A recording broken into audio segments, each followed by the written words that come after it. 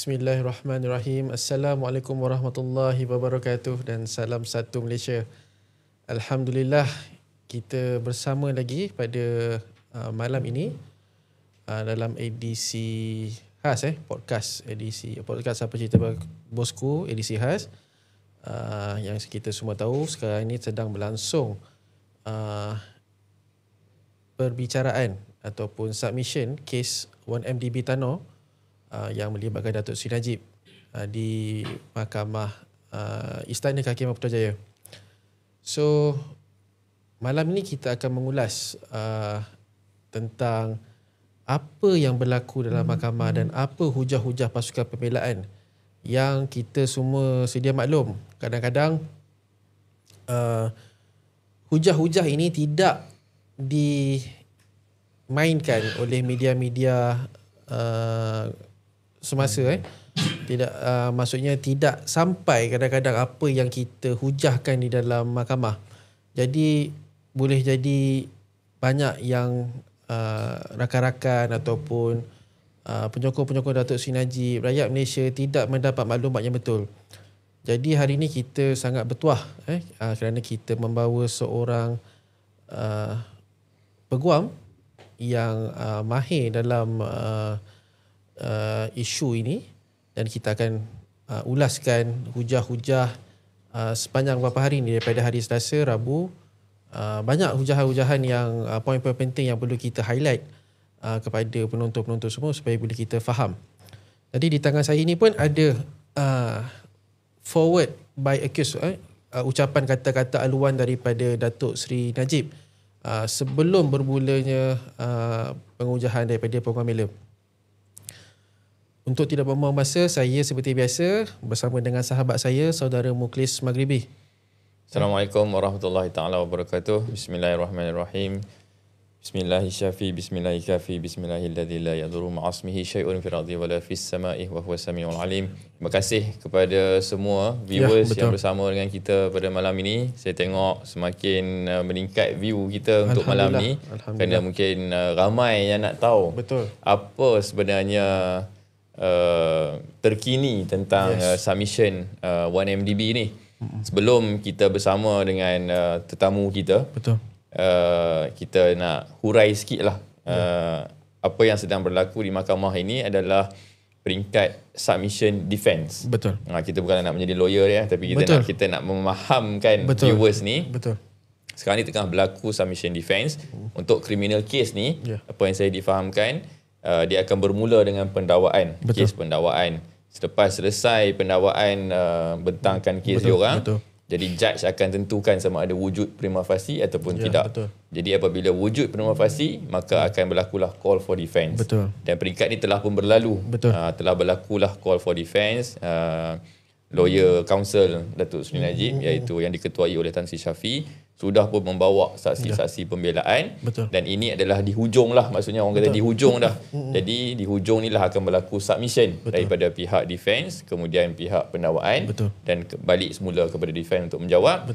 Dan terakhirnya akan ditentukan sama ada nak dijatuhkan hukuman ataupun Datuk Najib dilepas dan dibebaskan. So untuk itu kita bersama malam ini dengan seorang ketua UMNO bahagian, tetapi by profession beliau merupakan seorang lawyer, iaitu Datuk Hasnal Rezwan American. Terima kasih Datuk untuk kesekian kalinya bersama dengan podcast Apa Cerita Bosku. Dan secara peribadi Datuk, saya nak ucap sangat-sangat terima kasih. Saya sangat-sangat menghargai komitmen Datuk, kerana Datuk bagi komitmen kepada bosku untuk berada di mahkamah setiap hari sepanjang berlangsungnya submission ni. This is the only lawyer and the only ketua bahagian yang bagi komitmen untuk nak buat ulasan kes 1MDB. Terima kasih Datuk. Sama-sama. Assalamualaikum warahmatullahi taala wabarakatuh. Mukhlis, Arif terima kasih jemput saya kemari. Datuk, kita dah berlalu dah 2 hari lah tu kita dah berada di mahkamah. Hari ni pun sebenarnya Datuk Hasnal ni kalau tengok datang daripada mahkamah ni, baju daripada pagi tadi. Saya tanya dengan anak Datuk Hasnal. Anak Datuk Hasnal pun merupakan seorang lawyer juga, sentiasa bersama dengan beliau. Saya tanya, nama dia Muzammil. Saya tanya, Mel, keluar rumah pukul berapa? Sebab rumah Datuk Hasnal ni kat Sungai Buloh. Dia kes dekat Putrajaya. Dia kata pukul 7 pagi dah keluar. Kalau pukul 7 pagi keluar, pukul 6 tu dah kena siap dah. Betul. Sampai sekarang ni dah pukul berapa? 9.45. Masih lagi berpakaian. Memberikan komitmen. Betul. Komitmen tu yang kita setia tu mahal. Bukan kat mahkamah je, sampai ke podcast. Betul. Itu yang kita nak. Habis saja mahkamah, Datuk akan record video. Dia nak buat ulasan setiap hari apa penghujahan. Dan untuk itu jugalah kita ambil peluang minta supaya Datuk Asnal bersama-sama dengan kita dalam podcast ni untuk kita bagi platform ni supaya Datuk Asnal boleh ulas lebih lagi apa yang telah berlaku. Kalau tak berada, kita yang menulis kadang-kadang berada explain, orang petikai kan, korang ni lawyer kan, ada bunyi-bunyi macam tu. Padahal kita pun bagi komitmen juga. Tapi mungkin kepercayaan orang tu tak setinggi bila lawyer bercakap kita tak ada set lah nak cakap. Ini kita panggil orang yang betul-betul ada authority untuk bercakap tentang undang-undang. Tok, okay. Viewers pun dah start masuk komen ni. Kita terus jalan boleh. dengan penghujahan sebab panjang kita nak cerita ni. Okey, baik. Soalan pertama tu. Kita fahamkan dululah orang ramai. Apa sebenarnya pendakwaan yang dikenakan kat atas Datuk Najib ni? Yang 1MDB orang duk sebut. Orang hanya tahu, yang biasalah orang tahu, orang akan cakap 2.9 bilion. 1MDB 2.9 bilion. Itu sinonim lah. Tapi apa sebenarnya pendakwaan yang dikenakan kat atas Datuk Najib ni tu? Okey. Dalam kes 1MDB ini, Datuk Seri Najib berhadapan dengan 4 pertuduhan. 4 pertuduhan menyalahguna kuasa atau kedudukan. Okey. Dan seterusnya diikuti dengan 21 pertuduhan AMLA. Okey. 4 pertuduhan salah guna kuasa ni ialah di bawah Seksyen 23 Akta SPRM. Di mana Datuk Seri Najib dikatakan pada 4 tarikh yang berbeza. Bukan tarikh tu, dia bukan satu tarikh tau. Dia satu tempoh dia bagi. Di antara bulan sekian bulan dan sekian bulan, kamu telah menyalahgunakan kedudukan kamu dengan untuk suapan. Sebanyak sekian banyak. Okey? Ada 4 pertuduhan seperti itu. So, kesemua pertuduhan ni kalau kita campur-campurkan, dia menjadi 2.6 bilion tu lah. 2.6 bilion tu.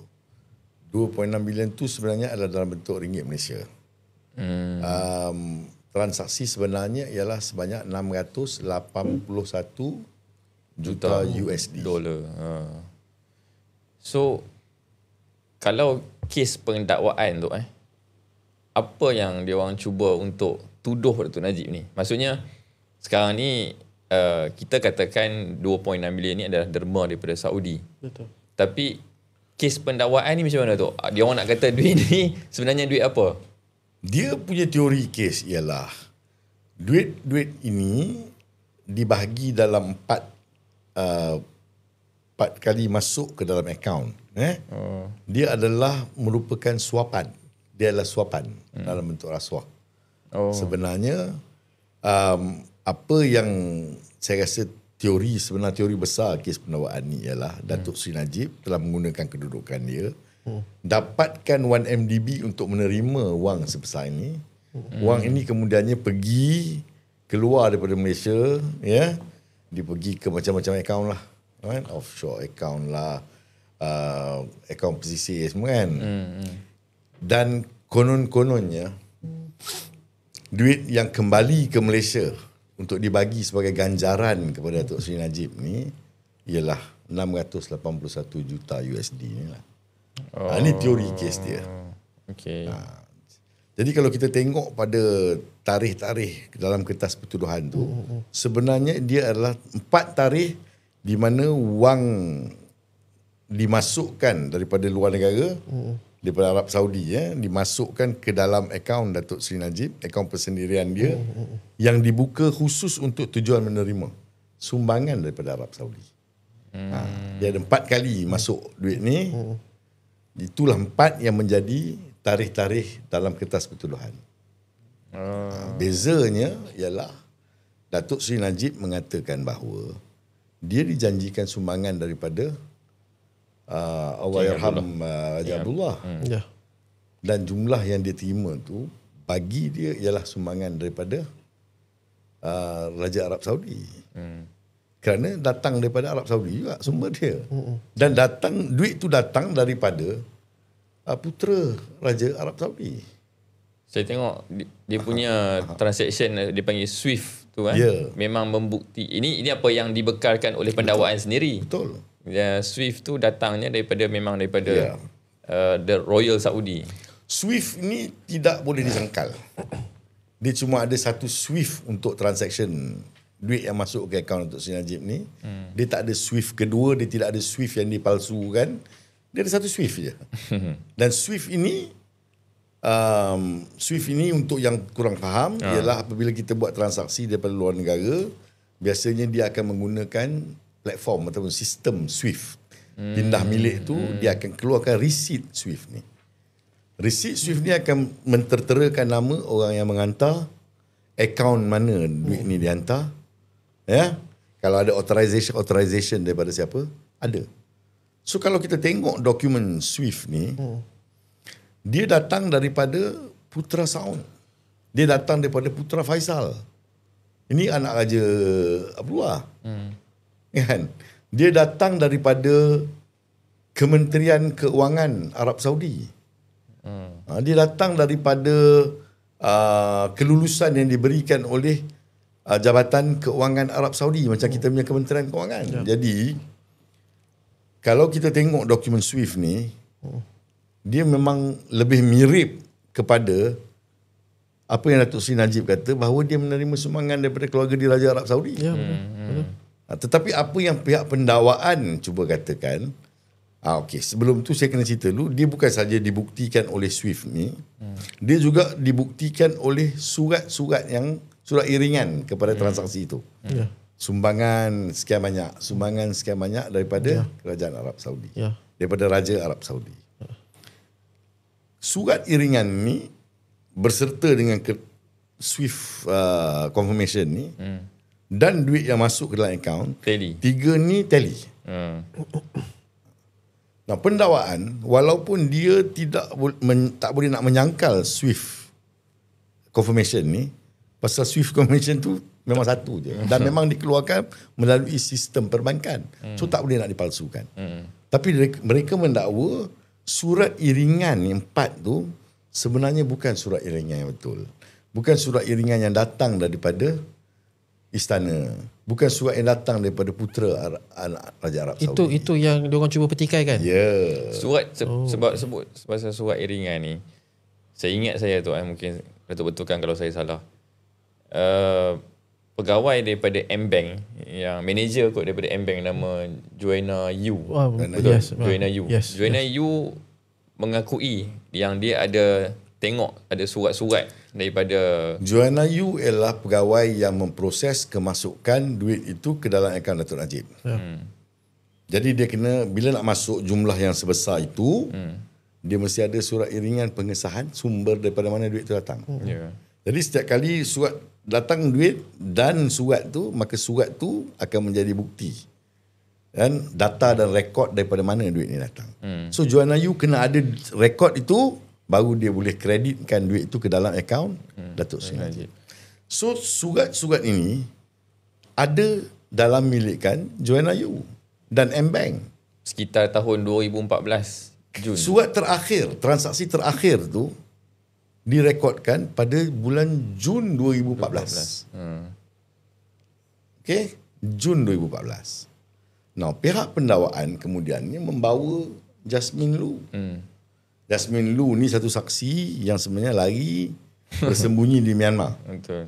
Masa kes 1MDB ni tengah kecoh, dia lagi duduk di Myanmar. Dia pun ada dan dua dia pasport. mengakui di Myanmar dia disara oleh pemberian Jolo. Dan dia adalah orang yang menerima wang yang besar, jumlah wang yang besar. Dia sebenarnya adalah lawyer kepada 1MDB. Ya, betul. Tapi dia menerima wang berjuta-juta ringgit daripada 1MDB. Dia ada kekayaan untuk membida lukisan daripada Picasso. Lukisan yang dibuat oleh Picasso. Dia pergi bida. Ni banyak duit, tak erti apa nak buat dengan duit, beli painting. Kan? Dan dia lagi ke luar negara. Jadi dia pada mulanya dianggap sebagai saksi yang tak boleh dikemukakan. Tetapi akhirnya dia pulang ke Malaysia. Bila dia pulang ke Malaysia, dia sebenarnya menghadapi pertuduhan di Malaysia untuk kesalahan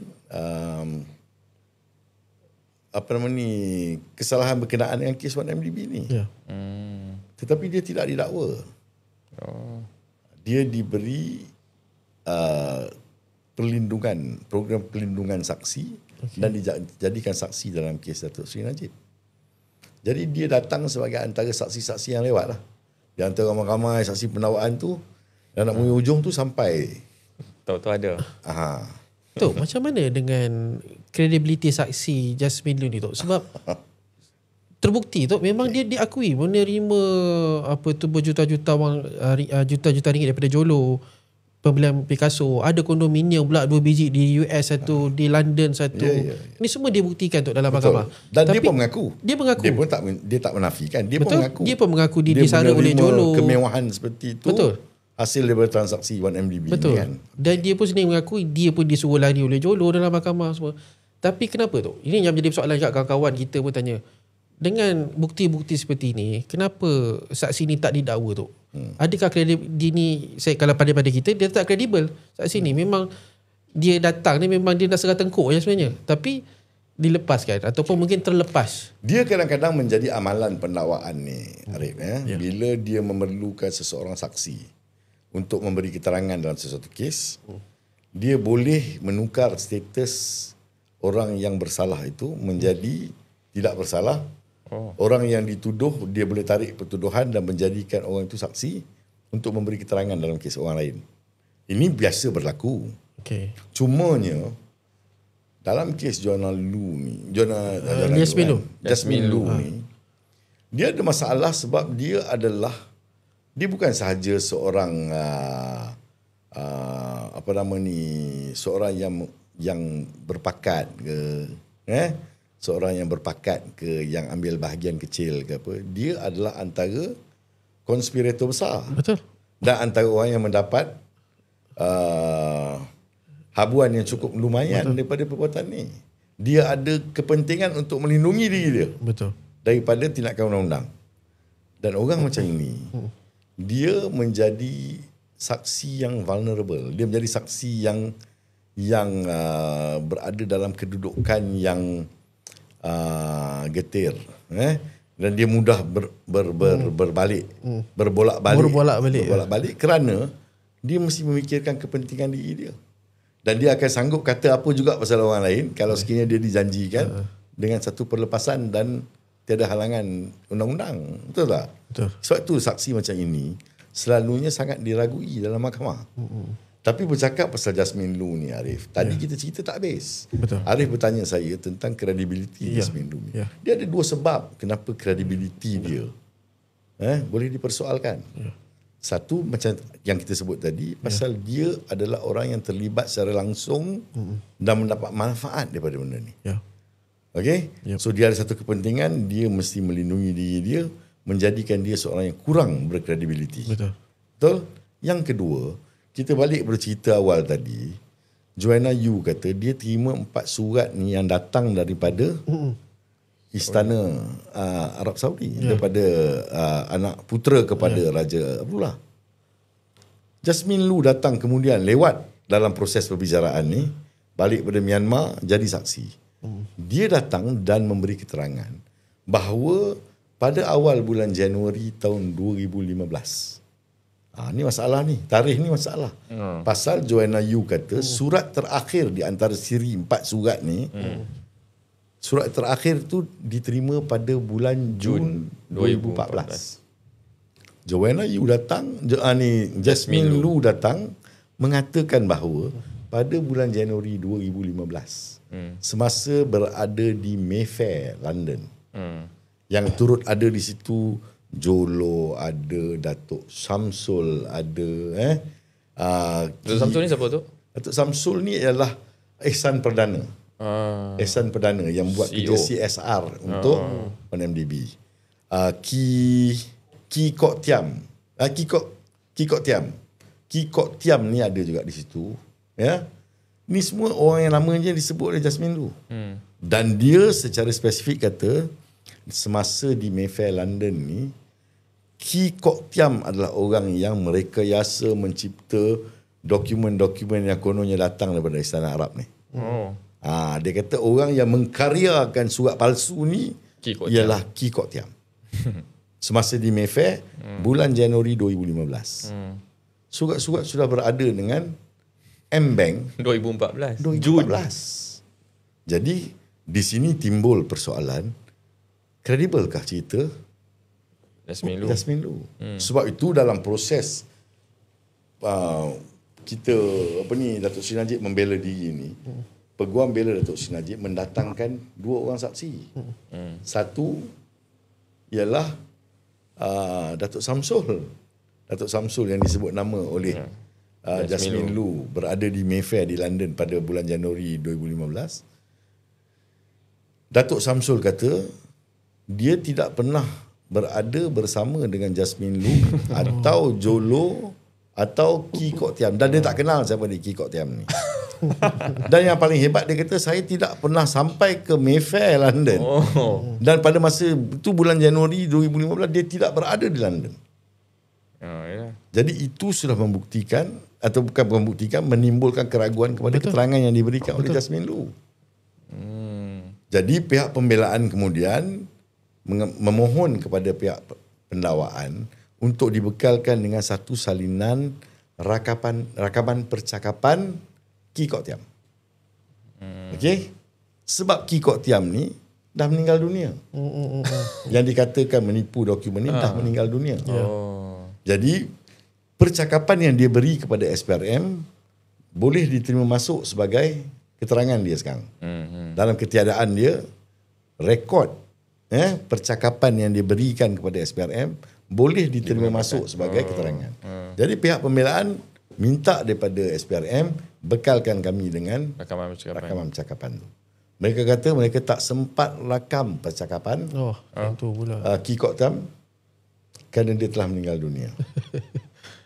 Tetapi Tan Sri Syafi sebut dalam mahkamah. Maksudnya Ki Kok Tiam ni tak pernah dipanggil oleh SPRM? Tak, dia dah mati. Dia dah sebelum mati? Sebelum perbicaraan dah meninggal. Tapi Tan Sri Syafi tadi bagi tahu di mahkamah, menggunakan sumber maklumat yang kita ada, maka pihak pembelaan mengisukan sapina ke atas seorang pegawai SPRM bernama Rewel Anduroh. Ada maklumat. Tan Sri Syafi, pasukan pembelaan ada maklumat, mereka mengisukan sapina ke atas seorang pegawai SPRM bernama Rewel Anduroh untuk hadir sebagai saksi pembelaan. Kena datang Dia datang dan dia diminta mengemukakan rakaman percakapan Ki Kok Tiam yang dirakam oleh SPRM sebelum Ki Kok Tiam meninggal. Ada pula. Dan dia bawa. Dan dia bawa. Yang menariknya, Chris, di dalam rakaman percakapan itu, Ki Kok Tiam tidak langsung ditanya dan dia langsung tidak menyebut sama ada dia pernah berada di Mayfair, London pada bulan Januari 2015, dan dia langsung tidak ditanya dan dia langsung tidak memberi percakapan bahawa dialah orang yang memalsukan surat-surat seperti yang didakwa oleh Jasmine Lu. Macam ada plot twist tu macam tengok drama. Ini boleh buat drama, ada plot twist memang tepat. Plot twist tu memang tepat. Saya kalau tengok filem saya suka cerita ending dia macam ni lah. Bagi Tok minum dulu. Apa itu? Sambil Tok minum dulu. Tak apa, kita bagi Chan. Sambil Tok minum. Sambil Tok minum. Okey Tok, ini kita cerita pasal rakaman yang tak ada kemudian ada. Yang plot twist tadi. Tetapi Tok, ni menarik juga ni. Rakaman dah tentu ada, dokumen dah tentu ada, kita dah bentangkan dalam mahkamah, iaitu keterangan daripada pegawai SPRM yang terbang sendiri ke Saudi. Rakaman pun diambil dan disahkan oleh peguam keluarga Darjah Saudi iaitu Muhammad Al-Koman. Betul. Keterangan-keterangan ni semua sangat tally dengan beberapa pegawai SPRM yang pergi ke Saudi. Dia orang ceritakan benda yang sama. Pergi ke Saudi dilayan seperti VIP, naik private jet, dibawa pergi umrah, duduk dalam istana di Riyadh untuk menemu ramah Muhammad Al-Koman ni. Sebab kita tak boleh direct dengan interview Raja Saudi. So peguam dia yang memberikan keterangan bagi pihak keluarga Raja Saudi. Semua ni ada tu. Betul. Tetapi kenapa seolah-olah benda ini tidak terpakai? Kalau kita ikatkan kredibel, saya rasa saksi SPRM ni lagi kredibel daripada Jasmine Nur ni. Sebab dia ni pegawai kerajaan. Takkan dia boleh senang-senang disuap ataupun disuruh buat benda-benda yang tidak betul. Macam mana komen tu tentang ni? Ya, selain daripada aspek yang saya ceritakan tadi, plot twist tadi tu, pihak pembelaan juga memanggil beberapa orang pegawai. Bahkan bukan saja beberapa orang pegawai, saya bagi nama, Datuk Profesor Syed Omar Al-Sagaf dipanggil. Dia adalah mantan duta Malaysia ke Arab Saudi. Yang ada di situ semasa pasukan daripada SPRM datang ke Arab Saudi untuk buat siasatan. Major General Datuk Seri Jamil Khair Bahrom, Bekas Menteri Agama yang memberi keterangan bahawa dia hadir semasa perbincangan Raja Arab Saudi buat janji nak beri sumbangan kepada Datuk Seri Najib semua. Fikri Abdul Rahim. Ini adalah pasukan yang pergi. Salah seorang anggota yang pergi masa siasatan dibuat ke atas putera Arab Saudi oleh pasukan SPRM untuk dapat tahu sama ada betul ada sumbangan yang diberikan oleh Raja Abdullah melalui anak-anak dia dan institusi kerajaan Arab Saudi kepada Datuk Seri Najib. Fikri Abdul Rahim datang memberi keterangan dan mengesahkan memang betul. Nazaruddin Muhammad Kasim. Bukan Nazaruddin Kasim. Muhammad Nasharuddin bin Amir pun datang beri keterangan. Daripada PDRM pun ada. Sebab PDRM membuat siasatan PDRM secara independen daripada SPRM. So SAC Raja Gopal juga pergi ke Arab Saudi. Semua mereka memberi keterangan bahawa bila sampai di sana mereka diberi layanan rasmi. Maksudnya mereka dijaga, mereka diberi tempat tinggal, kenderaan, mereka diminta buat umrah dulu. Mereka dibekalkan dengan semua peralatan termasuk pakaian ihram umrah semua. Diterbangkan daripada Riyadh ke Mekah menggunakan private jet kerajaan Arab Saudi. Kecuali SAC Raja Gopal. Kan pergi ke sana buat umrah, diterbangkan balik dengan jet kerajaan Arab Saudi sampai ke istana di mana perjumpaan dengan Raja Putera Saud itu sepatutnya berlaku di setempat di istana. Di istana itu mereka tak dapat berjumpa langsung dengan Putera Saud sebab Putera Saud dia kata dia akan menggunakan immunity yang dia ada untuk tidak terlibat dalam sebarang bentuk siasatan. Tapi dia hantar Muhammad Al-Koman ni, wakil dia bawa pasport Putera Saud tu. Dia kata Putera Saud tapi dia di istana. Dan dia kata boleh ambil percakapan daripada dia sebab Putera Saud dah memberi amanah pada dia untuk memberi percakapan. Semua pegawai SPRM, pasukan SPRM ini diketuai, turut disertai oleh Tan Sri Azam Baki. Ini plot twist kat ni. Dia pun ada juga. Dan begitu juga dengan pasukan PDRM. Juga pergi sampai ke istana mendapat pengesahan bahawa sumbangan memang almarhum Raja Abdullah berjanji untuk memberi sumbangan kepada Datuk Seri Najib untuk kegunaan politik, sosial dan kegunaan peribadi dia. Sebab Raja Arab Saudi kagum dengan cara dia mentadbir Malaysia dan dia mempertahankan institusi demokrasi, tidak membenarkan institusi raja runtuh di Malaysia. Dan sumbangan ini diwakilkan kepada Putera Saud ni untuk be in charge lah. Dia yang in charge.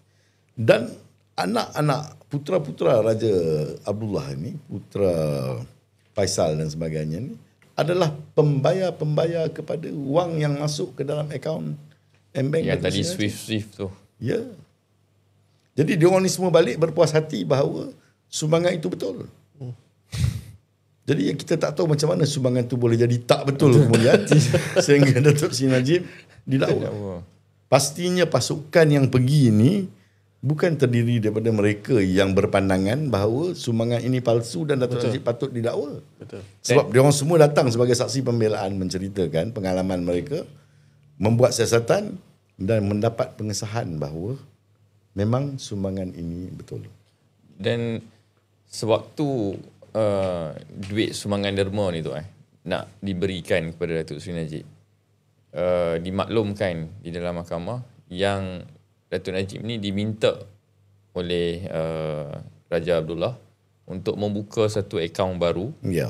Dan oleh kerana duit tu daripada Arab, maka Datuk Najib pun buka lah akaun M-Bank Arab Malaysian kan.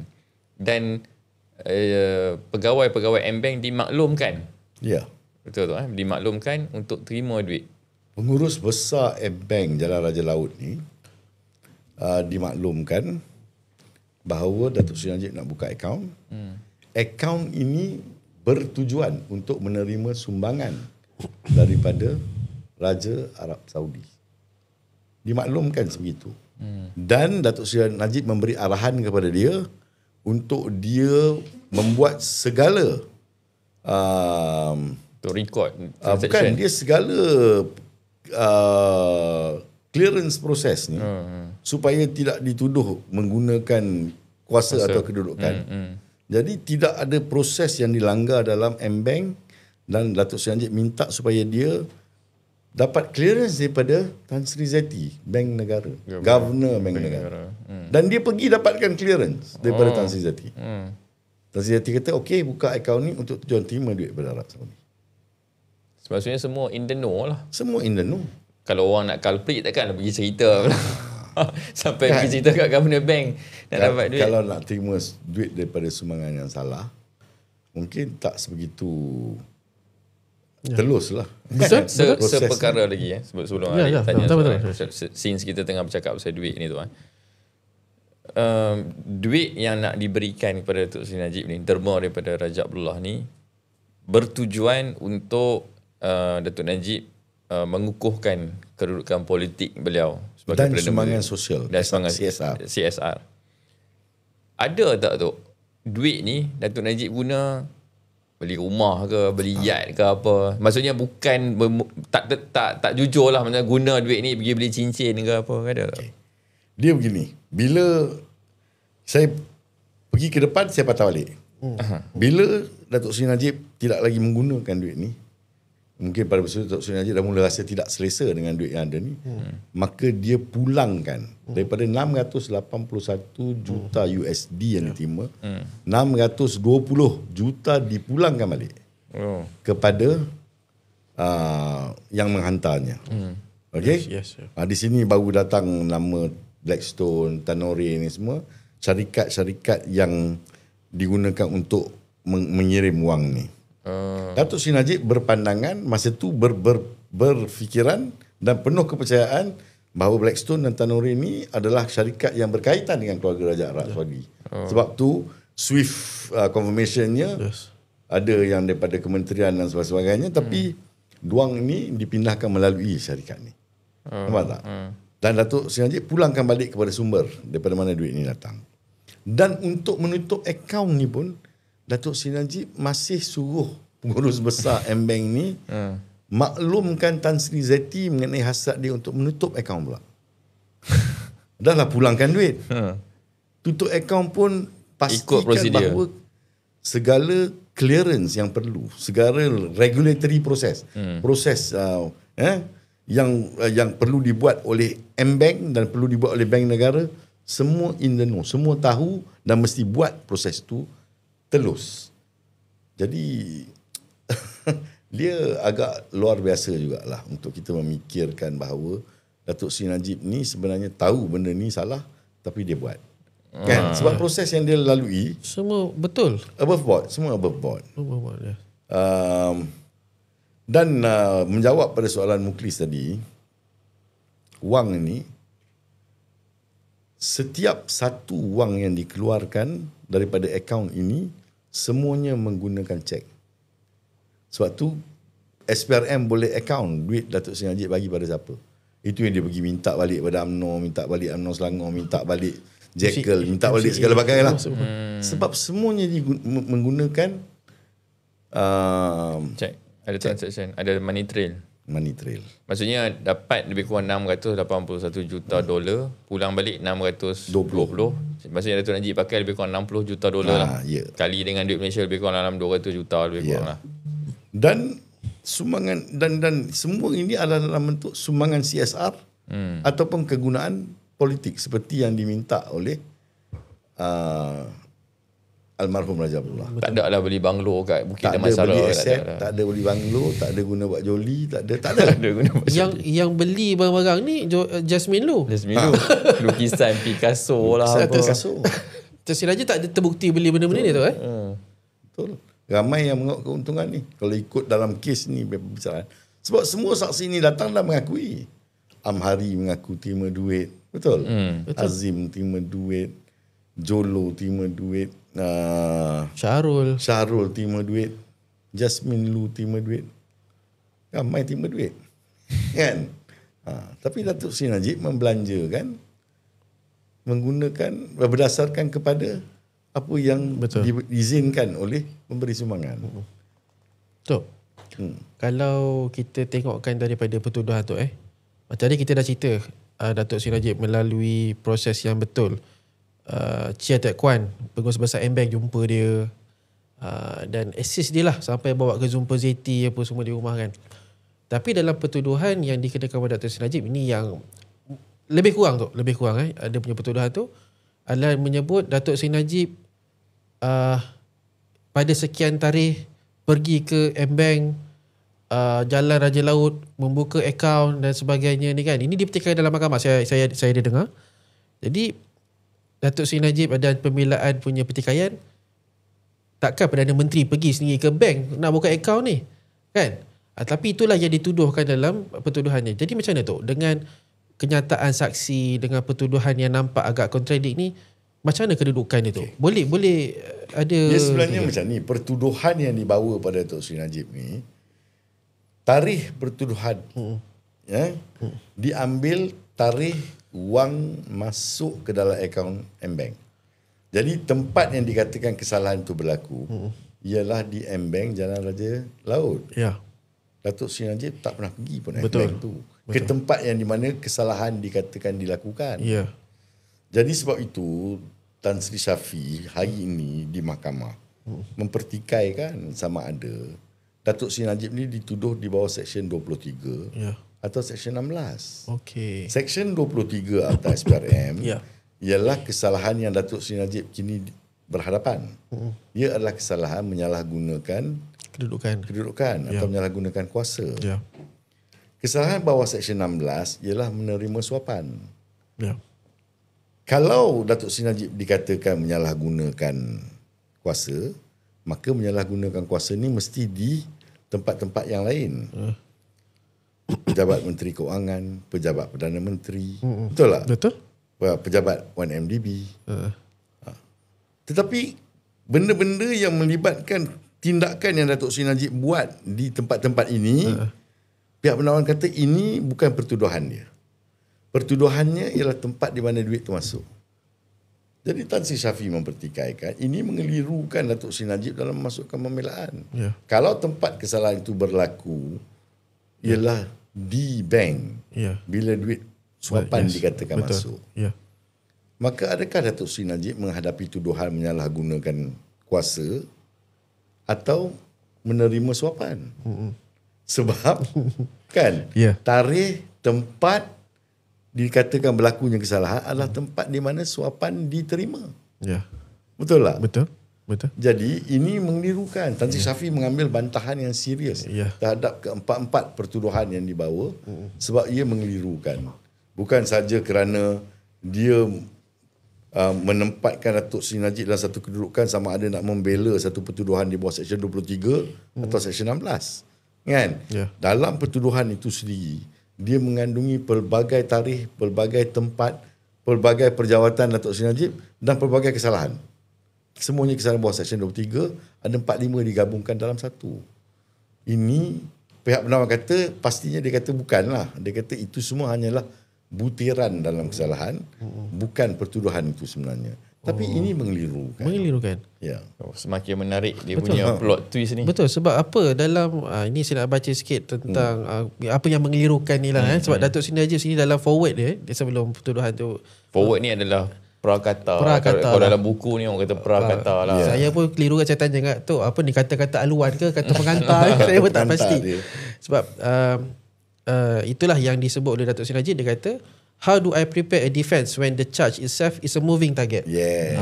Maksudnya dia pun sendiri dia tak boleh nak prepare defense yang betul sebab pertuduhan yang mengelirukan, pertuduhan yang berubah-ubah dan sebagainya.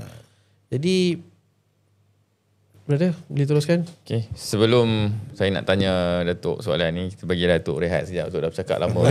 Kita nak ucap terima kasih kepada viewers yang bersama kita pada malam ni. Saya tengok dah lebih kurang 80,000 like yang telah diberikan. Terima kasih banyak-banyak. Kepada anda yang terlepas, mungkin yang baru bersama dengan podcast Apa Cerita Bosku, boleh tengok full episode di Rumah Merah. Nanti search saja Apa Cerita Bosku. Kita akan uploadkan full episode podcast pada malam ni, edisi khas, episod khas 1MDB, submission 1MDB. Kita akan upload di Rumah Merah. Dan jemput juga follow kita di Rumah Biru. Kita juga ada muatkan video-video podcast kita di Rumah Biru. And of course, jangan lupa follow di TikTok Apa Cerita Bosku. Di situ juga kita akan upload short footage lah berkaitan dengan kita punya podcast. Tok, tadi Arif bercakap tentang pertuduhan.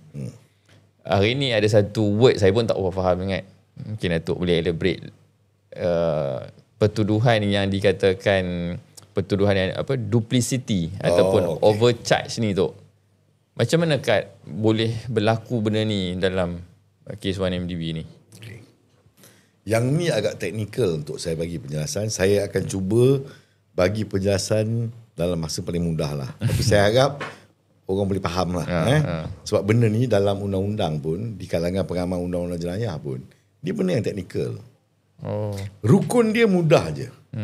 Rukun asas dalam undang-undang jenayah, satu kertas pertuduhan mesti ada satu kesalahan je. Okey, untuk satu kesalahan, satu kertas pertuduhan. Satu kertas pertuduhan, satu kesalahan. Ataupun satu kertas pertuduhan, satu perbuatan salah. Maksudnya kalau dua perbuatan salah, tak boleh digabungkan dalam satu kertas pertuduhan. Okay, macam Presiden UMNO kena dulu 47 pertuduhan, maksudnya 47 berbeza. Kertas pertuduhan lah. Ya. Okay. Bunyi macam banyak Datuk Seri Zahid kena 47, sebenarnya tak banyak. Tapi sebab keperluan undang-undang, satu perbuatan, satu kertas pertuduhan. Jadi kalau keluar 47 kali cek 47 keluar 47 lah kesalahan tu. Nampak tak? Dia tak boleh digabung-gabungkan. Jadi apa yang berlaku dalam kes Datuk Seri Najib ni, pihak penakwaan telah merangka pertuduhan dia dengan mengatakan ada satu kesalahan di bawah Seksyen 23, menyalahgunakan kedudukan. Tetapi menyalahguna kedudukan itu dikatakan berlaku pada tarikh duit diterima masuk dan bertempat di mana kesalahan itu dibuat, di M-Bank Jalan Raja Chulan. Untuk melengkapkan jalan cerita penakwaan ni, dia kata dengan melakukan perbuatan-perbuatan berikut. Nampak tak? Pertuduhan atas tu dia tak ada isi. Dia kata kamu telah pada sekian-sekian tarikh bertempat di M-Bank Cawangan Raja Chulan sebagai Perdana Menteri atau Menteri Kewangan atau pengurusi penasihat 1MDB telah menerima suapan sebanyak ni. Dengan melakukan perkara-perkara berikut. So dalam pertuduhan pertama dia bagi 4 perbuatan. Setiap perbuatan tu berlaku di tempat di mana Datuk Seri Najib boleh dikatakan menjalankan, menggunakan kuasa atau kedudukan dia. Jadi soalnya sekarang, kalau kesalahan ini menyalahgunakan kuasa atau kedudukan, Datuk Seri Najib nak jawab yang 4 di bawah ni ke, atau nak menjawab satu petuduhan asal yang di atas? Nampak tak? Sebab yang di atas ni ialah tempat di mana suapan dikatakan diterima.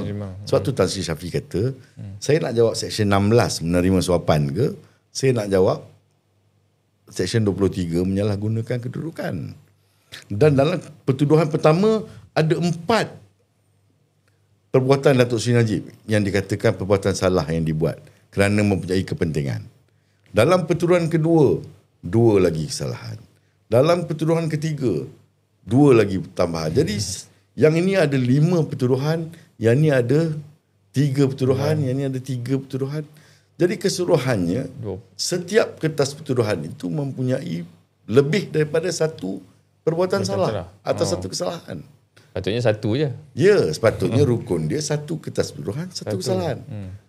Jadi macam mana pula boleh ada satu kertas pertuduhan, satu kesalahan, kemudian dia kata dengan melakukan perkara-perkara berikut, dia menamakan lain-lain kesalahan lagi.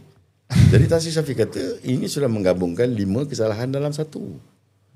Kertas pertuduhan kedua menggabungkan 3 pertuduhan dalam satu. Kertas pertuduhan ketiga menggabungkan 3 kesalahan dalam satu. Jadi inilah yang menjadi pertikaian hebat di mahkamah ni. Tapi dia penting, Mukhlis dan juga Arif. Aspek ini sangat penting sebab kalau berlaku kependuaan ataupun duplisiti ni, kalau mahkamah terima hujah ini, duplisiti ni akan mengakibatkan pertuduhan itu menjadi tidak sah dan terbatal. Dia tidak boleh di-repair oleh mahkamah. Dia tidak ada peruntukan akta yang boleh repair kedudukan ni. Tak boleh repair. Dia akan jadi apa dia panggil presiden case macam tu lah. Dia akan mengakibatkan orang yang dituduh tu dilepaskan. Sebab itu kita lawan bermati-matian berkenaan dengan isu pertuduhan duplisiti ni. Sebab kalau Tan Sri Shafie betul dalam hujahan dia, dan perlu diingat Mukhlis, dalam nas undang-undang di Malaysia, dalam nas yang sampai ke peringkat Mahkamah Persekutuan, kes yang sekarang ni dianggap kes terkini dan paling tinggi di peringkat Mahkamah Persekutuan ialah kes yang dihujahkan oleh Tan Sri Shafie dalam kes senjata api. So Tan Sri Shafie tahu tentang macam mana yang dikatakan duplisiti ni. Sebab tu dia bawa hujahan dia termasuk kes yang dia lawan dulu dan menang. Jadi benda ni menarik lah. Sekarang ni mahkamah kena buat satu pertimbangan yang adil untuk melihat sama ada benda ni telah berlaku kependuaan dalam pertuduhan-pertuduhan yang dihadapi atau tidak. Datuk Seri Najib. Untuk kita cakap pasal pertuduhan ni, saya nak tanya tu lah. Sebab dalam forward yang tadi Arif baca tu, Datuk Najib pun ada sebut. Dia kata, kenapa dia seorang yang kena dakwa? Dalam YMDB ni ada board, ada CEO. Macam mana boleh pertuduhan tu kat dia seorang? Dan orang semua, saksi ni semua ni, saya boleh kata 90% ni semua sebut nama Jolo. Tapi manusia ni tak dibawa pun ke mahkamah. Tapi kes ni diteruskan perbicaraan. Saya tambah sikit apa mungkin jawab tanya tadi. SAC Raja Gopal pun sebenarnya memberi cadangan kepada Tan Sri Fuzi Harun ketika itu sebagai ketua Perdana Negara.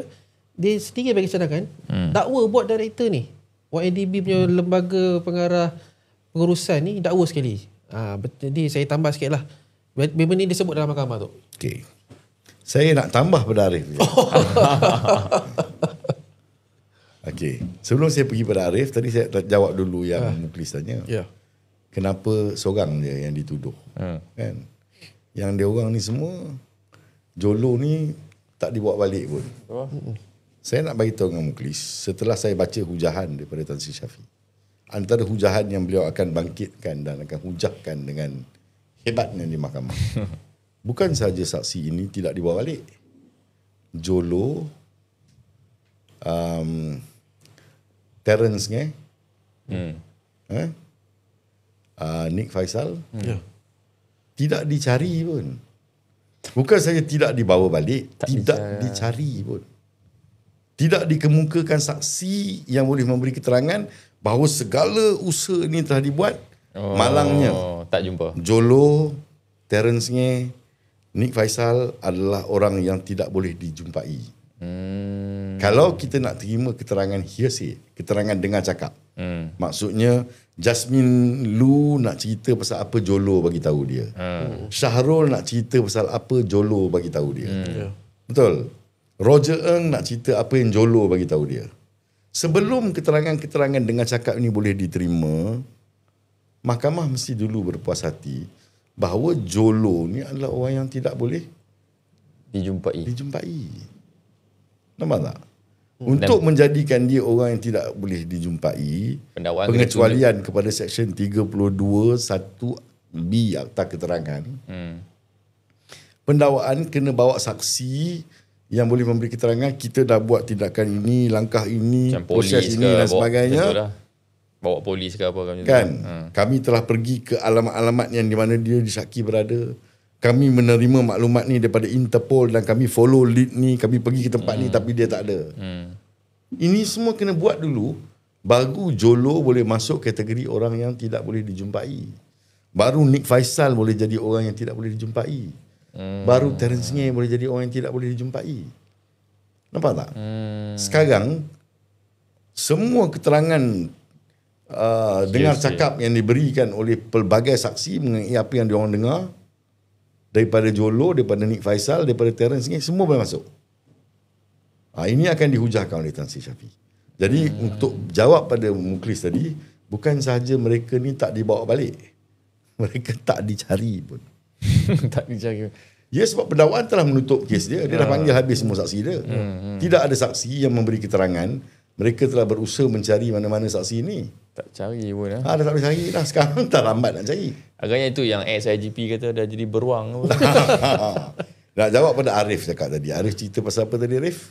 Apa tu SAC Raja Gopal. Saya tambah sikit pada Arif. Bukan sahaja SAC Raja Gopal beritahu Tan Sri Fuzia Harun bahawa kita patut mendakwa. Yes.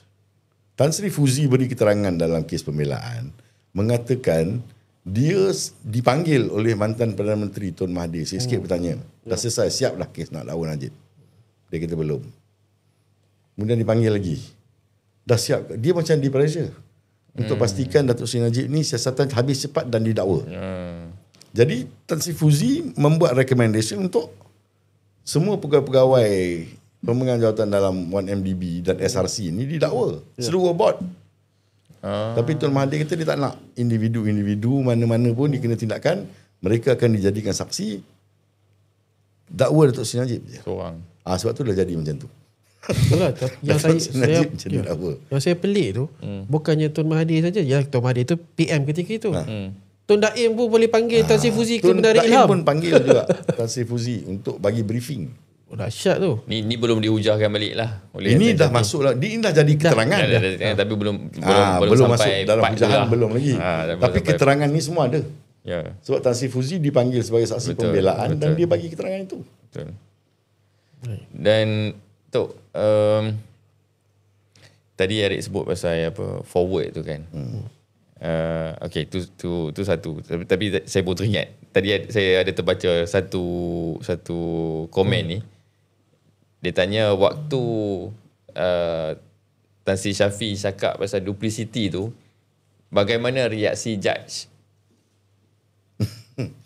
Hakim Hakim ni dia tidak begitu menunjukkan reaksi lah. Dia tidak begitu menunjukkan reaksi sebab ini adalah hujahan undang-undang.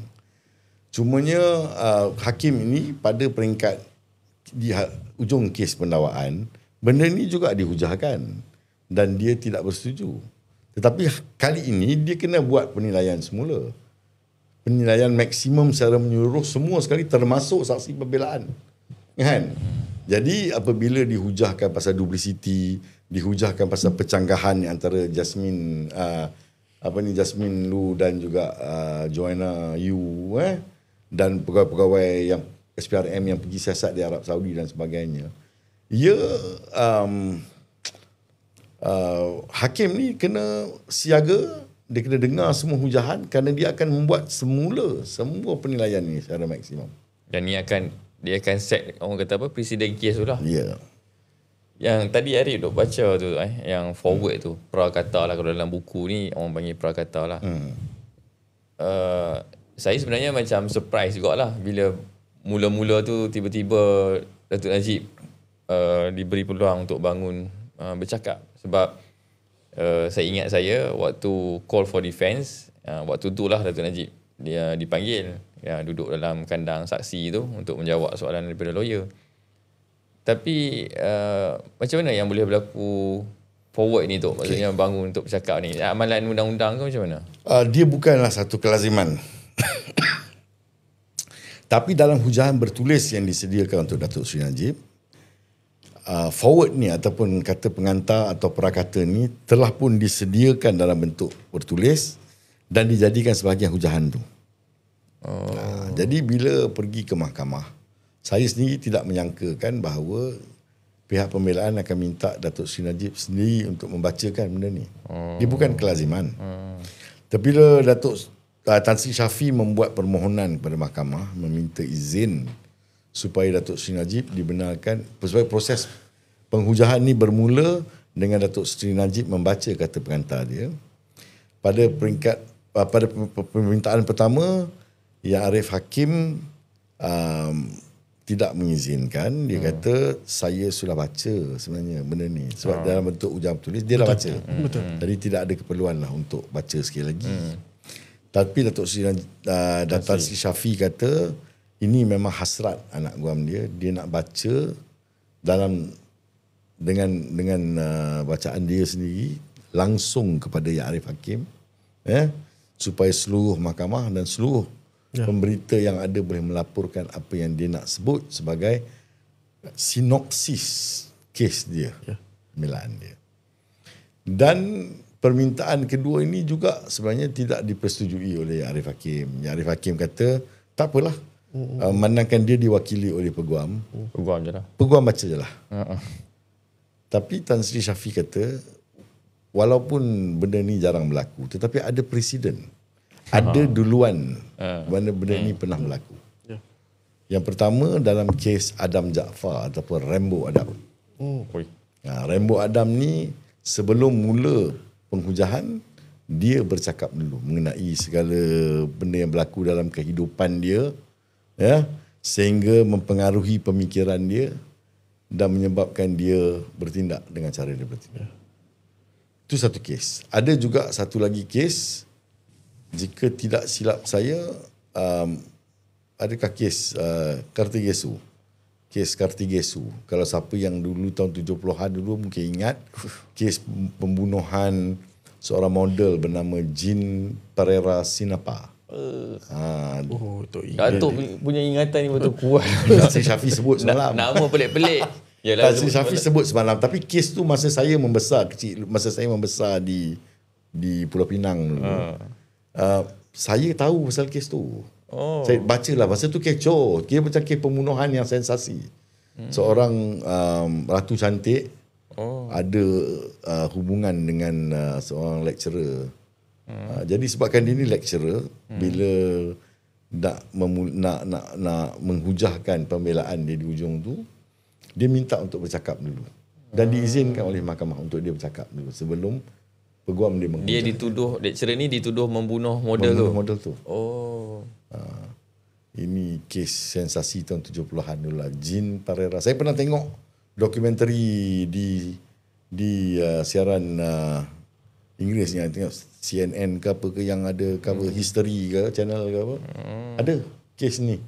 Dibuat dalam bentuk dokumentari. Jean Pereira Sinapa. Nama dia macam.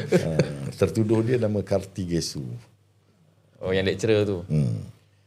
Tu dalam forward tu, ayat yang saya capture lah, dan saya tengok ramai pun di social media pun capture ayat Datuk Najib bila dia kata I'm not asking for immunity. Dia kata apa yang dia harapkan ni adalah equality. Datuk sebagai lawyer yang dah biasa dekat court apa semua, dah macam-macam kes buat. As a lawyer, macam mana Datuk menilai Datuk Najib punya credibility, dia punya keberanian dia dalam mahkamah ni untuk nak menunjukkan diri dia ni tak bersalah? Okey. dia banyak perbuatan-perbuatan Datuk Seri Najib ni dalam tempoh perbicaraan ni pun kita tengok dia menunjukkan bahawa dia sangat konsisten dengan perbuatan-perbuatan tidak bersalah. Sebagai contohnya derma Arab Saudi yang kita kata tadi. Semua tindakan yang beliau buat above board, ya, dia pastikan bahawa semua regulatory process atau proses yang perlu dipatuhi oleh M-Bank dan oleh bank negara ni dibuat. Semua proses itu dibuat. Kan? Dan dia juga pastikan bahawa perkara-perkara yang perlu disiasat dia bagi kerjasama sepenuhnya kepada pihak berkuasa untuk siasat. Kan? Jadi saya tengok dari segi tindak tanduk Datuk Seri Najib ni, dia telah menunjukkan satu sikap yang sangat konsisten dengan orang yang tidak bersalah. Betul tak? Ramai orang akan lari, ramai orang akan cuba mengelakkan proses undang-undang, ramai orang akan mengambil ataupun menggerakkan penyokong-penyokongnya untuk memberi tekanan kepada pihak yang menjalankan tugas untuk melaksanakan proses keadilan ni. Tapi tidak, Datuk Seri Najib, dia tidak pernah menggerakkan penyokong-penyokong dia untuk membuat bantahan jalan raya ke datang mahkamah ramai-ramai menimbulkan security concern dan sebagainya. Tak ada. Daripada awal konsisten, Datuk Seri Najib cuma minta dia diberi satu perbicaraan yang adil. Itu saja. Jadi konsistenlah dia punya kata pengantar, dia membawa mesej yang sama. Dia tidak minta satu yang istimewa. Dia tidak minta immunity. Dia tidak mahu dilepaskan begitu saja. Satu benda yang mungkin viewers tak nampak, sebab dia orang tak ada dalam court kan.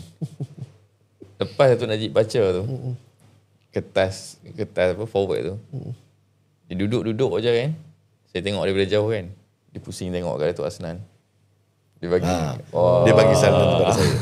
Salinan tu dapat kat tu? Dia yang dia pegang. Yang dia pegang yang Datuk Najib baca, yang bosku baca tu, dia duduk je. Saya tengok daripada jauh, dia pusing tengok Datuk Asnan. Dia bagi. Ada ke tu? Bukan yang saya pegang ni tu Kalau tak saya nak frame ni. Tak, mahalnya. Nak cerita mahalnya. Betul. Duduk saya Datuk Asnan dulu nak bagi. Betul. Tapi saya tambah sikit ni, nak tanya soalan tambah sikit sebelum kita beralih ke satu topik baru. Topik pembicaraan ni juga.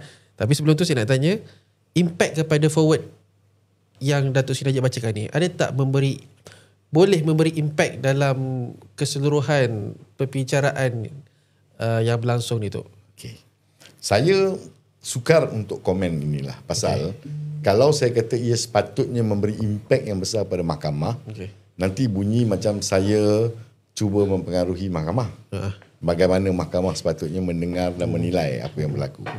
Tapi saya boleh kata pada Arif bahawa semenjak benda ni dibaca dan ia menjadi tular semalam, dia menjadi viral, saya rasa dia memberi satu impact yang cukup besar kepada khalayak, pada orang yang membaca, pada orang yang mendengar.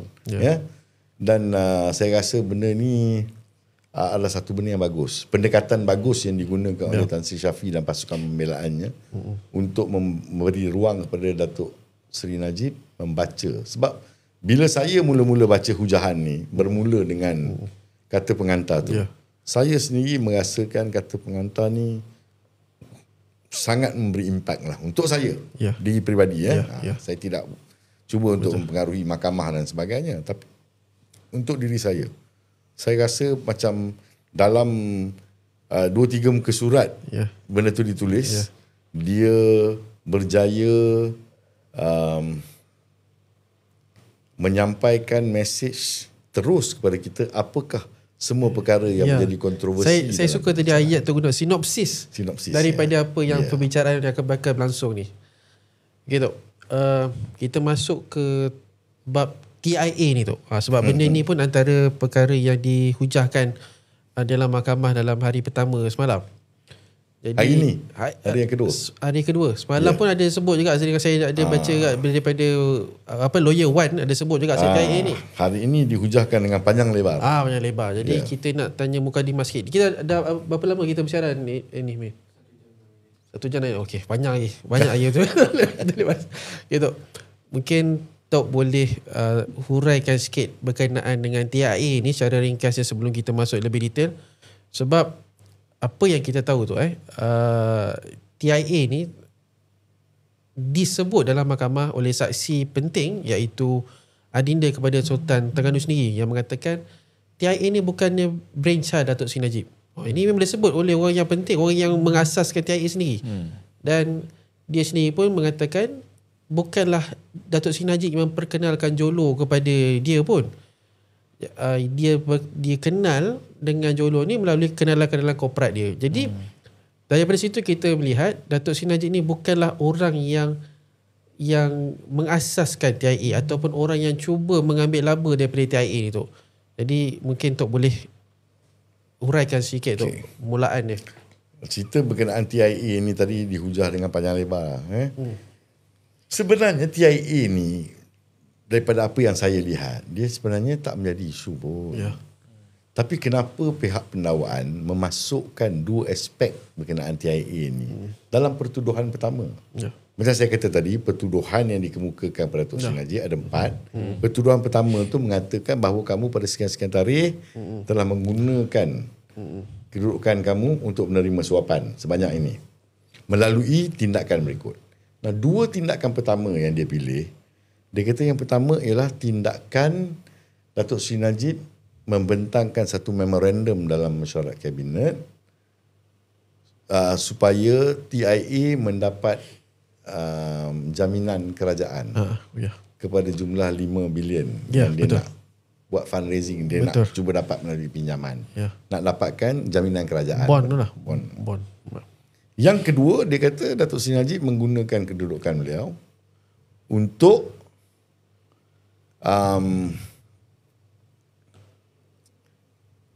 mendapatkan kerajaan persekutuan mengambil alih TIA.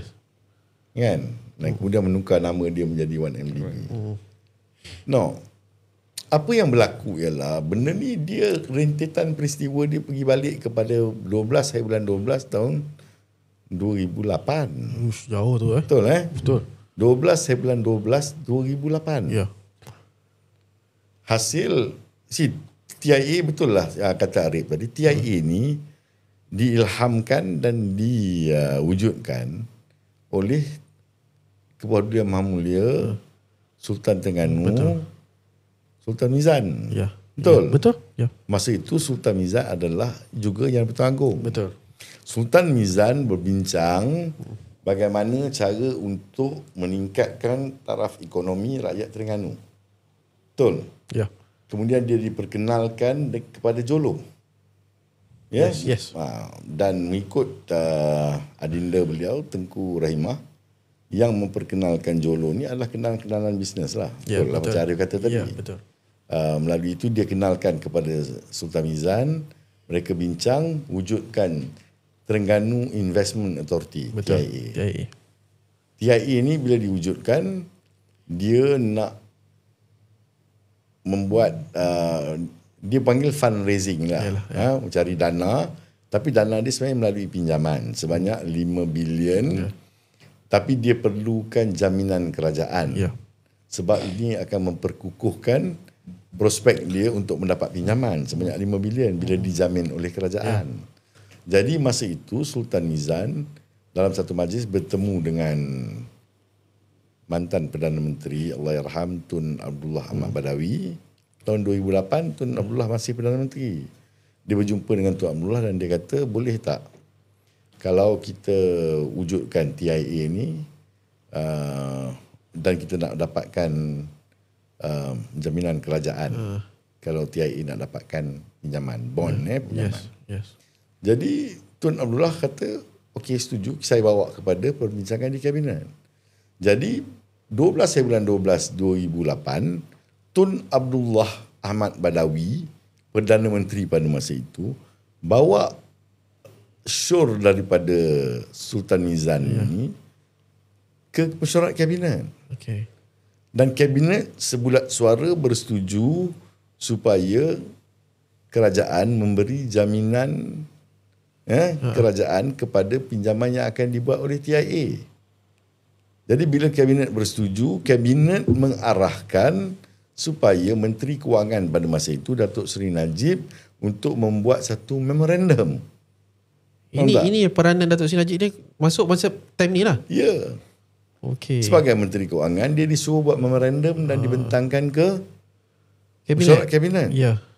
4 bulan kemudian baru Datuk Seri Najib siapkan memorandum itu dan bentangkan dan dia diangkat oleh Kabinet. Okey. Hari ini dalam pertuduhan pertama tu mengatakan antara benda yang dibuat oleh Datuk Seri Najib secara menyalahgunakan kedudukan dia kerana dia mempunyai kepentingan ialah membawa memorandum yang diarahkan oleh Kabinet untuk disediakan di bawah teraju Datuk Seri Tun Abdullah Ahmad Badawi tu. Tahun 2008 cerita, YMDB pun tak ada lagi, masih TIA masih kepunyaan sepenuhnya Menteri Besar Terengganu Incorporated, masih berada di bawah naungan Sultan Mizan.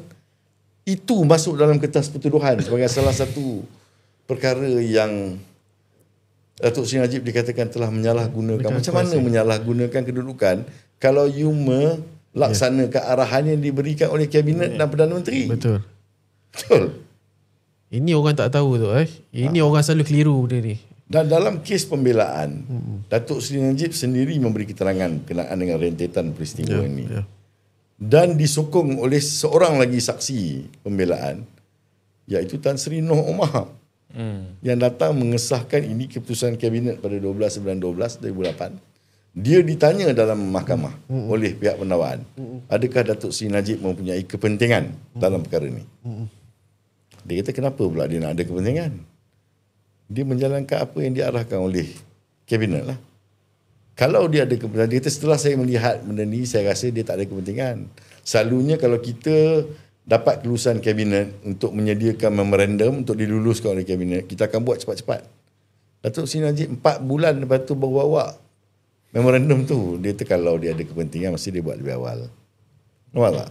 Okey. Yang keduanya, Adinda Sultan Mizan, Tengku Rahimah, juga datang sebagai saksi dan memberi keterangan bahawa bermulanya TIA ni daripada ilham Sultan Mizan, tak ada kena-mengena dengan Datuk Seri Najib, kan? Ya, betul. Jolo ni pun Datuk Seri Najib pun tak kenal dia. Dia cuma adalah penasihat kepada Sultan Mizan, penasihat ekonomi kepada TIA pada masa itu. Syahrul Azral ni pada masa itu bekerja sebagai CEO di TIA. Ini semua dia kata tak ada kena-mengena dengan Datuk Seri Najib. Jadi kita bawa saksi sangkalan sudah datang mengatakan bahawa ini tidak ada kepentingan Datuk Seri Najib dalam TIA ni. Jadi macam mana dua perkara yang dikatakan Datuk Seri Najib telah lakukan dalam menyalahgunakan kedudukan dia untuk kepentingan dia, dua benda yang TIA ni tak logik lah, saya fikir. Dan benda ni pun dihujahkan oleh Tan Sri Shafie tadi. Dan dia pun kata benda ni kalau kita nak kaji dia, kena tengok spektrum dia yang penuh lah. Jangan pilih tarikh. Sebab Tan Sri Mazidah dipanggil sebagai saksi pihak pendakwaan. Tan Sri Mazidah ialah timbalan setiausaha Kabinet pada masa itu. Dia datang hanya untuk mengesahkan tarikh Datuk Seri Najib bawa memorandum. Memorandum itu adalah untuk memberi jaminan kerajaan kepada pinjaman yang dibuat oleh TIA. Nampak tak? Yes. Memanglah ada cabutan tu. Betul lah. Tapi dia juga bawa minit Kabinet yang lain, termasuk Kabinet 12/12/2008. Sebelum tu, yang tadi kita cerita pasal memorandum Datuk Seri Najib bawa ni 1 bulan 4 2009. 12/12 sudah ada keputusan Kabinet di bawah Tun Abdullah Ahmad Badawi. Kenapa Tan Sri Shafie mempertikaikan kenapa saksi ini cuma cakap pasal tempoh ini, kenapa keterangan saksi ini saja yang diterima? Banyak lagi keterangan yang ada. Janganlah pilih tempoh mengikut kesesuaian. Pilihlah tempoh keseluruhan. Kalau dia bermula, rentetan peristiwa itu bermula pada 12/12/2008, ambil daripada 12/12/2008, baru dapat gambaran penuh apa berlaku dalam episod tersebut, termasuk apa yang berlaku pada 1 bulan 4 2009. Kan? Exactly. Ini semua adalah perbahasan hangat dan sengit yang berlaku di mahkamah ini. Jadi saya pun dah memang tiap-tiap hari ada kat sana. Saya pun ingat tiap-tiap hari saya pun nak duduk situ kan. Untuk lebih mendalami. Dan mengetahui apa sebenarnya yang berlaku dalam perbicaraan ini. So daripada apa yang Tok nampak, daripada hujahan yang dikemukakan oleh pasukan pembelaan, segala transaksi, segala apa yang berlaku daripada TIA nak jadi ke YNDB ni, ada ke Datuk Seri Najib nampak ciri-ciri yang dia ni sebenarnya merancang untuk mengambil mencari keuntungan untuk diri dia tu? Keterangan Tengku Rahimah Dinda kepada Sultan Terengganu ni jelas mengatakan bahawa Datuk Seri Najib tidak ada dalam perancangan tu pun sebenarnya. Perancangan setelah TIA ni dapat pinjamannya dijamin oleh kerajaan. TIA ni bermasalah, berlaku rebut kuasa di dalam pengurusan di antara Menteri Besar Terengganu Incorporated sebagai pemegang saham dengan pengurusan. Masa tu Syahrul Azral semua dah kena pecat. Tapi lepas tu dapat masuk balik lah. Pergaduhan ini menyebabkan kerajaan merasakan perlu ada intervensi lah pasal kerajaan ada kepentingan. Sebab kerajaan memberi jaminan kepada pinjaman ni sebanyak sehingga setakat 5 bilion. Dan pada masa itu beberapa solusi diberikan macam mana cara nak menyelesaikan masalah ni.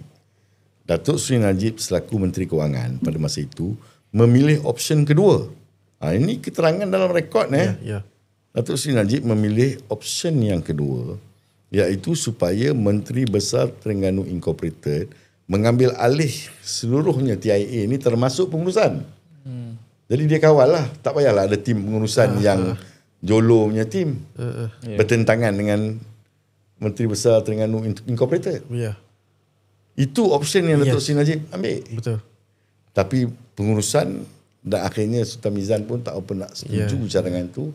Dia kata baiklah kerajaan yang ambil sebab kerajaan dah bagi jaminan, lebih baik kerajaan yang uruskan. Nampak tak? Dan ini juga untuk menyelamatkan daripada kita mendapat impact, kredit impact di dalam dan luar negara ke atas urusan mungkin tak boleh membayar hutang dan sebagainya. Jadi kerajaan pusat ambil alih. Itu pun keputusan kabinet. Ini bermaksud tu dari kes TIA ni pun Datuk Seri Najib ni memang daripada awal ni ikut jalan yang betul lah, ikut tata kelola yang betul lah kira. Tata kelola. Sama juga macam pembukaan akaun tu, semua ikut by the book lah kira, tak dia ikut apa-apa. Tapi yang digambarkan inilah Datuk Seri Najib buat dia semua untuk kepentingan dia tu. Kes ni daripada tahun 2018 lah, daripada pertuduhan bicara-bicara sampai sekarang ni, saya ingat lebih kurang dalam 6 tahun 7 tahun lah. Dengar Datuk Asnal ulas ni, ni baru saya ingat 30% ada aku. Sebab ada lagi baki lagi lebih kurang 8 hari, lebih kurang 8 hari, 7-8 hari lagi dah. 8 hari betul. Bergantung kepada ni lah. Mungkin jadi lebih. Itu bergantung kepada kita punya hero lah. Tan Sri Shafie. Tok, pasukan pendakwaan ni sewaktu perbicaraan asalnya diketuai oleh Tan Sri Gopal Sri Ram. Datuk Sri Gopal Sri Ram mendiang lah. Kemudian selepas beliau meninggal, pihak pendakwaan ni diketuai oleh Datuk Akram. Datuk Akram ni memang DPP lah. Tapi Datuk Sri Gopal Sri Ram ni bukan DPP. Dia ada firm sendiri. Kenapa kerajaan kena hire dia tu? Kenapa kerajaan tak boleh? Ini berlaku pada zaman PH menjadi kerajaan yang 22 bulan tu. Pada masa itu, sebab SRC dulu pun sama juga, dia orang hire Datuk Sri. Pada masa itu Peguam Negara yang dilantik Tan Sri Tommy Thomas, dia tidak ada pengalaman bekerja sebagai pendakwa. Dia tidak buat undang-undang jenayah. Jadi pada awal memang perancangan mereka adalah untuk kes-kes ini dikendalikan secara fiat. Fiat ni adalah satu instrumen dalam undang-undang, satu instrumen perlantikan yang membolehkan orang, satu pendakwaan tu dijalankan oleh orang yang diberi kuasa oleh Peguam Negara. Tan Sri Shafie ni pernah menjadi pendakwa dalam kes Datuk Seri Anwar. Ingat tak? Melalui fiat. So pemberian fiat ni berlaku sekali-sekala dia berlaku. Tapi dalam kes 1MDB, SRC dan sebagainya semua daripada awal memang peguam negara pada masa itu memang orang yang tidak ada kemampuan untuk mengendalikan hal ehwal jenayah. Tapi pada masa yang sama dia juga tidak begitu mempercayai saya rasa pegawai-pegawai yang berada dalam jabatan. Ini dia tulis dalam buku dia. Bukan saya. Betul. Ketua bahagian penawaan dia pun dia tak percaya. Ini di dalam rekod, dalam buku yang dia sendiri tulis. Dia kata, jadi saya faham lah kalau dia tak percaya pegawai dia. Dan dia sendiri tak ada kemampuan untuk buat merangka kertas pertuduhan. Terpaksalah dia bagi fiat kepada orang yang boleh. Ya, mungkin peguam-peguam mungkin, dan yang paling kanannya ialah Datuk Seri Gopal Sriram lah mendiang untuk mengendalikan kes-kes ni. Kita tahu Datuk Sri Tambaram pun diberi fiat juga untuk mendakwa kan pada masa itu. Ini dalam arti kata lain, at one point kita mempunyai seorang AG yang tidak ada pengetahuan tentang undang-undang jenayah. Dia macam subkontrak lah. Masa tu jabatan peguam negara pun macam subkontrak lah. Saya pun bersimpati yang kawan-kawan saya ramai yang kerja dalam jabatan peguam negara. Bukanlah saya nak memburuk-buruk. Saya tak ada apa nak memburukkan mereka. Mereka terperangkap dalam satu keadaan di mana mereka tidak dipercayai oleh bos. Dan mereka diberi seorang bos yang mereka tidak pernah bekerja dengan dia, yang tak pernah pijak kaki mungkin. Parachute dan tidak faham culture kerja sebagai perkhidmat awam. Tidak pernah bekerja dengan mereka dan sentiasa melawan mereka. Because dulu dia peguam kan. Betul. Jadi dia lah lawan dengan DPP. Jadi nasib baiklah era ni dah berakhir. Kawan-kawan saya pun beraktif semula sebagai pendakwa-pendakwa hebat. Jadi mungkin soalan saya terakhir daripada saya tu. Ya. Kita sebut panjang lebar tadi tentang Jasmine Lu, saksi-saksi ni apa semua kan tu kan. Tapi yang paling saya rasa memberi kata berita yang gempak lah kepada masyarakat ni adalah Roger Ng. Ketibaan Roger Ng ni ke dalam mahkamah untuk memberi kenyataan.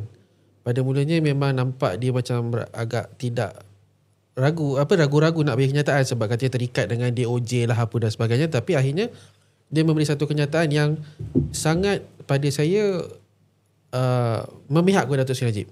Iaitu beliau sendiri mengaku pada mahkamah yang dia pun terkejut kenapa nama Datuk Seri Najib ni disebut kat mahkamah kat Malaysia ni, sebab mereka DOJ sana Datuk Najib ni nama tak disebut pun. Dia menghadapi dua pertuduhan di Amerika. Betul. Dan dalam kedua-dua pertuduhan yang dihadapi, antara dia dan tim Leisner, tidak ada langsung dikatakan mereka bersubahat dengan Datuk Seri Najib. Dia kata tak ada terlintas pun nama Datuk Seri Najib ni. Malah dia sendiri mengaku dia, tim Leisner dengan Jolo lah yang merancang untuk menipu Goldman Sachs lah untuk menipu dia YNDB ni. Jadi dengan kenyataan saksi yang begitu, kata yang dinanti-nanti ni lah, orang sebut nama tim Leisner, Roger Ng ni apa semua kan. Dia datang sini dia bagi tahu Datuk Seri Najib tak terlibat pun, tak ada kena-mengena pun. Jadi macam mana impact dia tu kepada perbicaraan ni? Impactnya akan dinilai oleh hakim di proses inilah sekarang lah. Kita sedang melalui proses ni. Roger Ng adalah salah seorang saksi yang dibawa oleh pihak pembelaan. Pihak pembelaan dalam kes ni garang tau. Selalunya kes pembelaan ni pada amalan paling lazim seorang saksi tertuduh sendiri. Paling lazim. Kadang-kadang 2-3 orang saksi dipanggil untuk menyokong. Kadang-kadang 4-5 orang. Ini semua kira kalau you boleh panggil 5-6 orang sebagai saksi pembelaan, banyak lah. Kira handal lah. Kira handal. Ini 26 orang. Ini bukan defense, ini counter attack.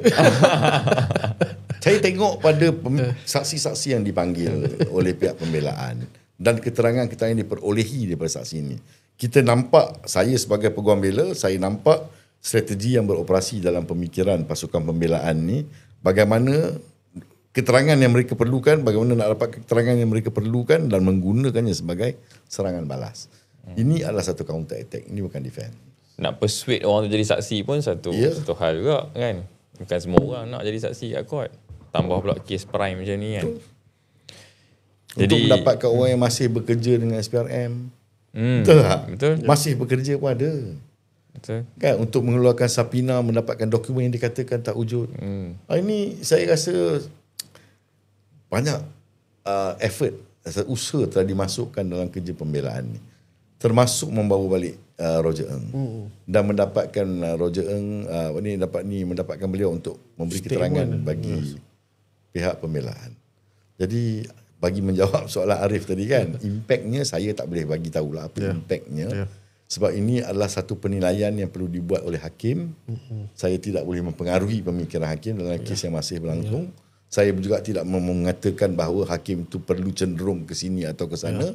Tetapi salah satu benda yang akan dipertimbangkan nanti termasuklah impak keterangan yang diberikan oleh Roger Ng.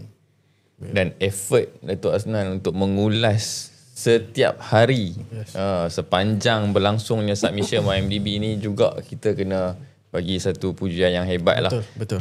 Saya juga nak war-warkan kepada viewers kita, setiap hari mungkin di sebelah malam lah, lebih kurang dalam pukul 9 ataupun 10, anda boleh tonton video ulasan daripada Datuk Aznan di mana kita akan muatkan di beberapa social media. Kita ada di Rumah Merah, kita ada di TikTok, kita ada di Rumah Biru. Boleh search Hasna Rezwa YMDB ataupun Najib Razak YMDB. Boleh juga search macam tu, ataupun lebih mudahnya pergi terus ke TikTok Najib Razak ataupun TikTok Apa Cerita Bosku. InsyaAllah kat situ pun akan ada, dan boleh tengok di Rumah Merah Base TV tu BASE. Rumah Merah Base ni TV. Liverpool ke Manchester United? Manchester lah tu. Kita mana Liverpool. Ni masuk rumah Liverpool ni. Jadi tadi saya announce ada lebih kurang 80,000. Sekarang ada 188,000 tu orang yang bagi like. Saya nak reserve sikit soalan saya, sebab saya rasa saya tak nak drag Datuk Aznan. So senang esok nak bangun pagi lagi ni. Ni nak balik Sungai Buloh. Lepas tu esok nak bersiap lagi ni. Betul, kan? Betul. Jadi kita nak bagi ruang untuk Datuk Aznan juga dapatkan rehat yang cukup. Sebab esok nak ulas lagi. Nak study lagi. Nak baca lagi. Saya tengok dokumen yang Datuk Aznan bawa pun saya pun macam tak sanggup dah. Nasib baiklah, dulu pernah ada hasrat nak jadi lawyer, tapi nasib baiklah tak jadi. Kalau ambil pun mungkin tak lepas tu. Dengan tengok dokumen banyak macam ni kan. Apapun sekali lagi saya nak war-warkan kepada semua viewers, tonton setiap hari. Datuk Aznan akan buat video ulasan apa yang diperkatakan di dalam mahkamah. Datuk Aznan akan ulas semula dalam bentuk yang lebih mudah untuk difahami untuk kita ni lah, rakyat Marhain ni. Untuk kita faham kenapa Datuk Seri Najib mengatakan duit 2.6 bilion yang dimasukkan ke dalam akaun M-Bank beliau itu merupakan duit derma daripada Raja Saudi, iaitu King Abdullah. Bukannya duit hasil suapan daripada aktiviti haram yang dilakukan oleh mereka. Dan untuk itu Arif, saya rasa mungkin sampai di sini dulu kita punya podcast pada malam ini. Terima kasih kepada, tadi cakap 180,000, sekarang dah ada 195,000. Jadi kalau kita tunggu sikit lagi ni, kalau lagi satu soalan saya tanya, confirm 200,000. So apa gift malam ni kita boleh share dengan Tok lah. Boleh. Tapi tak boleh withdraw. Ni TikTok Najib Razak. Kita tak boleh withdraw. Pemilik akaun dia ni je yang boleh withdraw. Saya orang kata kita buat duit pula dengan Datuk Aznan. Susah. Dan sebelum kita nak mengakhiri malam ni, saya nak minta juga Arif ulas sikit. Ada sesetengah akaun media sosial yang memberi input yang salah tentang kes 1MDB ni terutamanya.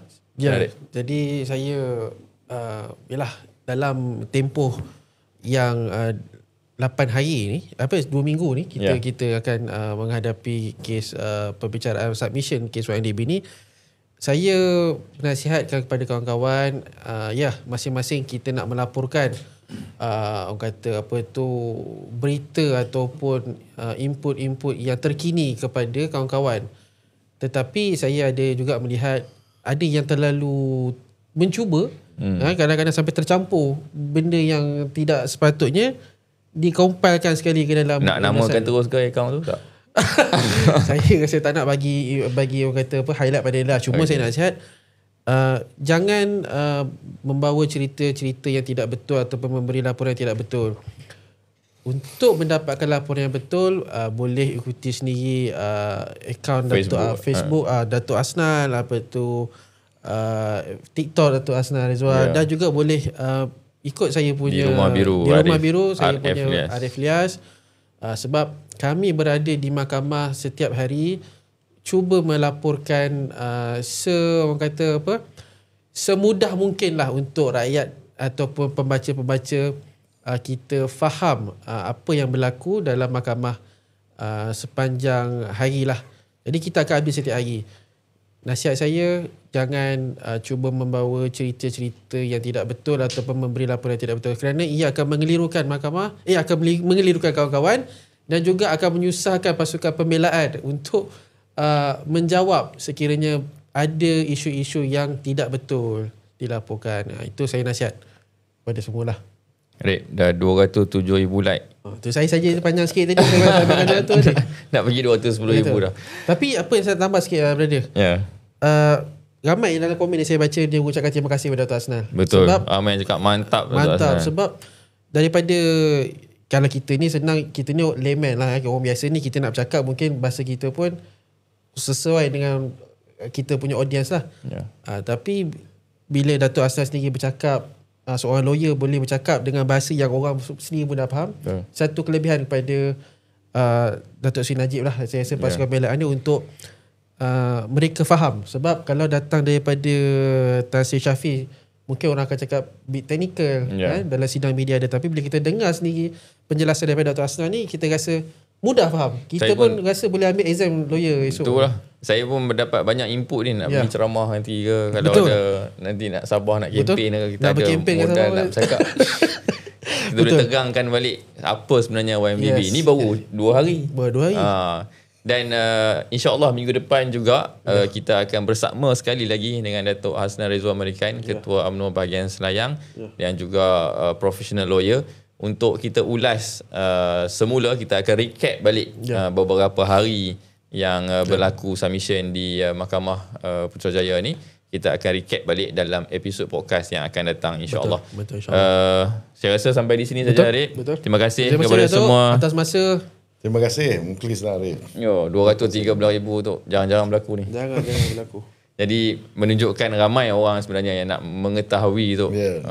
Mudah-mudahan Datuk terus diberi kesihatan yang baik untuk terus membawakan cerita yang benar daripada The Palace of Justice, mahkamah sebenarnya mahkamah tinggi, tapi kita bersidang di Mahkamah Persekutuan Putrajaya. InsyaAllah kita berjumpa lagi di minggu hadapan, waktu yang sama, insyaAllah, dengan tetamu yang sama. Kalau selalunya kita berjumpa dengan tetamu yang berbeza, tapi minggu depan episod khas lagi, kita akan bersama dengan tetamu yang sama, mengulas tentang submission 1MDB. Sekali lagi Tok, terima kasih. Terima kasih Malaysia, terima kasih kepada semua viewers. Kita jumpa lagi minggu depan, insyaAllah. Assalamualaikum, salam satu Malaysia.